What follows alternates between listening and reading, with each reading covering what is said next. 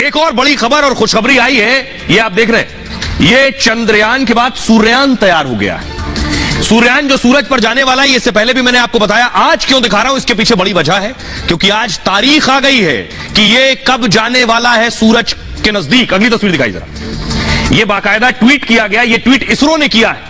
लिखा है Aditya L1 mission, Aditya मतलब सूरज, सूरज का जो L1 लॉन्च मिशन है वो उसकी तारीख आ गई है। ये लिखा हुआ है, देखिए 1.5 मिलियन किलोमीटर, यानी लगभग 15 लाख किलोमीटर पृथ्वी से जाएगा। ये क्या कह रहा है, देखिए इसरो ने क्या कुछ बयान जारी किया है ट्वीट के माध्यम से, और किस वक्त निकलेगा, किस तारीख को जाने वाला है, ये सारा ब्यौरा सामने आ गया है। दरअसल इसरो का कहना है, इसरो के चीफ एस सोमनाथ इसे लीड कर रहे हैं। देश के पहले सोलर मिशन की तारीख तय हो गई है। नोट कर लीजिए, 2 सितंबर 2 तारीख को आदित्य L1 की लॉन्चिंग होने वाली है। ज्यादा दिन बचे नहीं है। श्रीहरिकोटा से L1 की लॉन्चिंग होगी। सुबह 11:50 पर आदित्य L1 का प्रक्षेपण होगा। इसरो का यह पहला सोलर मिशन है और 4 महीने में धरती से 15 लाख किलोमीटर दूर जाएगा। सूर्य का अध्ययन करेगा आदित्य L1। आदित्य L1 पूरी तरह से स्वदेशी है। ये जो आप देख रहे हैं, ये सूरज के आगे, ये भारत में ही निर्मित है।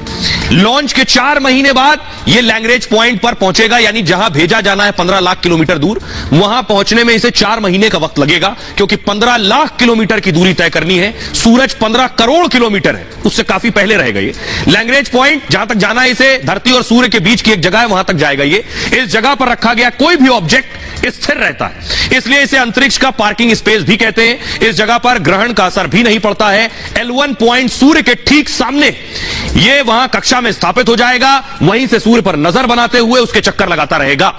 और अगर आप भी इस लॉन्चिंग के गवाह बनना चाहते हैं तो श्रीहरिकोटा जाकर या ऑनलाइन, इसरो ने ट्वीट किया, उस पर ऑनलाइन रजिस्ट्रेशन कराकर आप खुद भी श्रीहरिकोटा जाकर चश्मदीद बन सकते हैं, ऐतिहासिक पल के गवाह बन सकते हैं। यह भी इसरो जाकर, श्रीहरिकोटा जाकर आप ये कर सकते हैं। अब इंपॉर्टेंट जानकारी इससे जुड़ी हुई, ये आप देख रहे हैं सूर्ययान है, वो सूरज है। चांद के बाद अब सूर्य की जानकारी जुटाएगा हिंदुस्तान। इसका नाम है आदित्य L1, जो 15 लाख किलोमीटर जाकर सूर्य की स्टडी करेगा। मैंने आपको बताया कि सूरज की जो दूरी है वो 15 करोड़ किलोमीटर है, ये 15 लाख किलोमीटर पर जाएगा। पृथ्वी से चांद की दूरी से करीब 4 गुना सफर करना होगा, यानी चंद्रयान यहां से गया है चांद पर तो 3,84,000 किलोमीटर, यह जाएगा 15 लाख किलोमीटर, लगभग 4 गुना।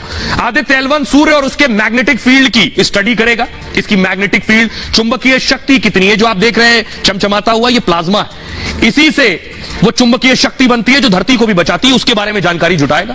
सूर्य की तस्वीरें लेगा, हाई डेफिनेशन क्वालिटी तस्वीरें लेगा। ये सूर्य से निकलने वाली जो अल्ट्रावायलेट किरणें हैं जो हमको आपको पृथ्वी को नुकसान पहुंचाती है, उसके बारे में जानकारी इकट्ठा करेगा। अल्ट्रावायलेट किरणों को के बारे में अभी तक बहुत ज्यादा जानकारी है नहीं दुनिया के पास।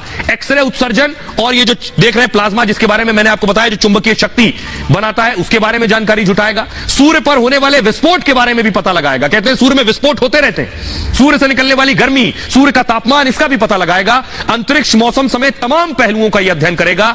L1 मिशन के सैटेलाइट में इसमें 7 पेलोड लगे, 7 तरह की अलग अलग तरह की विशेषज्ञता होगी, समझ लीजिए।